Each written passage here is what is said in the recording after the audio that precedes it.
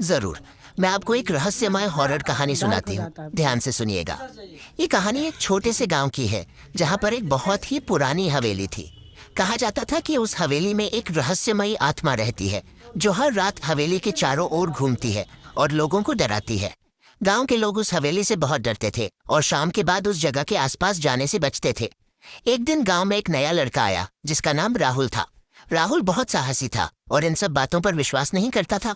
उसने हवेली के रहस्य को सुलझाने का फैसला किया। एक रात राहुल हवेली के अंदर चला गया। क्या आप इस कहानी का अगला हिस्सा सुनना चाहते हैं? अगले दिन जब राहुल ने गांव वालों को हवेली के अंदर की कहानी बताई, तो सब हैरान रह गए। हवेली में किसी तरह की आत्मा नहीं थी, बल्कि वहां एक तांत्रिक छिपा हुआ था, जो अपनी तंत्र विद्या से गांव वालों को डराता था। राहुल ने गांव वालों की मदद से उस तांत्रिक को पकड़वाया और हवेली को हमेशा के लिए सुरक्षित बना दिया।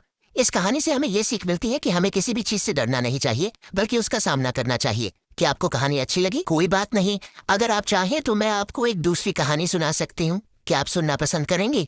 ठीक है। अगली कहानी एक लूमिना साउंड इफेक्ट स्क्रीम लॉन्ग के बारे में है।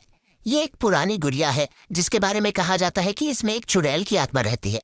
जो कोई भी इस गुड़िया को घर ले जाता है, उसे अजीब और डरावनी चीजों का अनुभव होता है। क्या आप इस कहानी को जारी रखना चाहेंगी? ठीक है। तो कहानी है, बहुत समय पहले एक गांव में एक पुरानी गुड़िया थी, जिसके बारे में कहा जाता था कि उसमें एक चुड़ैल की आत्मा रहती थी।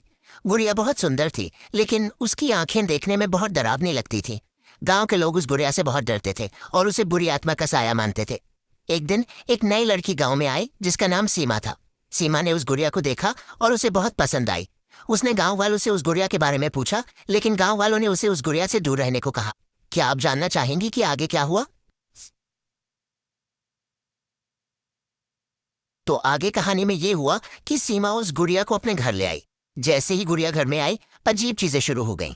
रात के समय सीमा को कभी घूंघरूं की आवाज सुनाई देती, तो कभी किसी के रोने की।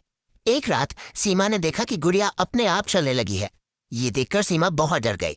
उसने उस गुड़िया को वापस गांव के बाहर छोड़ दिया और उसके बाद हवेली के आसपास जाने से भी बचती रही। क्या आपको कहानी अच्छी लगी?